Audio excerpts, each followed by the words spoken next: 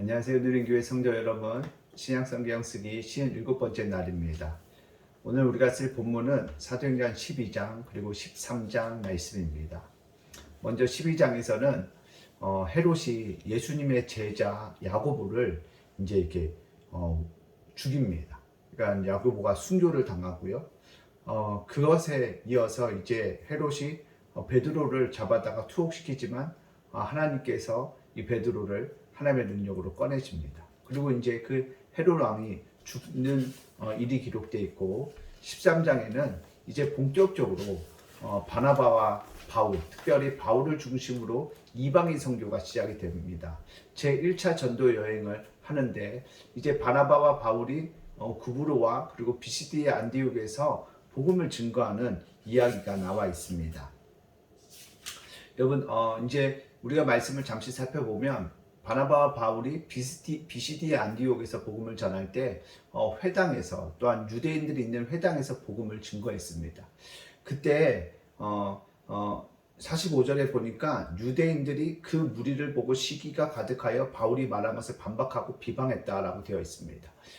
계속해서 복음의 역사가 일어나는 것들이 유대인들은 못마땅했습니다. 그래서 그것을 반박할 때 바울과 바나바가 이렇게 말하지요. 하나님의 말씀을 마땅히 너희에게 먼저 전할 것이로되 너희가 그것을 버리고 영생을 얻기에 합당하지 않은 자로 자처하기로 우리가 이방인에게로 향하노라. 무엇입니까? 먼저 복음이 유대인들을 위해서 이렇게 전해졌다는 것입니다. 그런데 그 유대인들이 어떻게 합니까? 자기를 영생에 합당하지 않은 사람으로 어떻게 했다는 거예요? 자처했다는 거죠. 나는 영생 필요 없다. 나는 예수 필요 없다. 이런 사람은 스스로 그래서 어떻게 합니까? 주의 복음을 거부했다는 것입니다.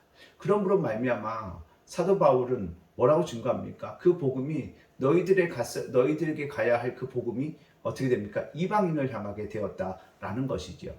오늘 말씀을 통해서 우리가 깨달아야 하는 것은 정말 우리에게 복은 우리에게 예수라는 분이 필요한 분, 복음이 필요한 사람이라는 걸 깨닫는 것이 이것이 너무나도 은혜라는 것입니다. 그 은혜가 우리에게 부어질 때 우리는 하나님을 향하게 되어지고 은혜를 구하게 되어지고 그러므로 말미암아 우리가 예수 그리스도를 믿어 하나님의 자녀가 되어진 것입니다. 여러분 우리는 어떠한 순간에도 은혜 필요 없어 이런 사람으로 우리 자처해서는 안 됩니다. 무엇입니까? 그건 교만이지요. 영적 배부름입니다. 이렇게 살아서는 안 된다는 것입니다.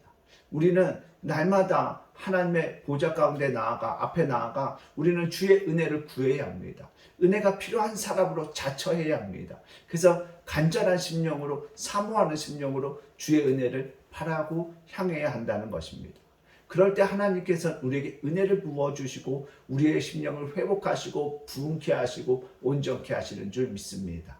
오늘도 저와 여러분이 은혜가 내게 없어도 돼 이런 사람으로 자처하는 것이 아니라 내게는 무엇보다 하나님의 은혜가 필요합니다라고 그 간절함을 가지고 주님 앞에 엎드려 그런 자들에게 그 간절함을 가진 자들에게 은혜를 베풀어 주시는 은총을 누리는 저와 여러분 모두 되기를 예수님의 이름으로 간절히 축복합니다.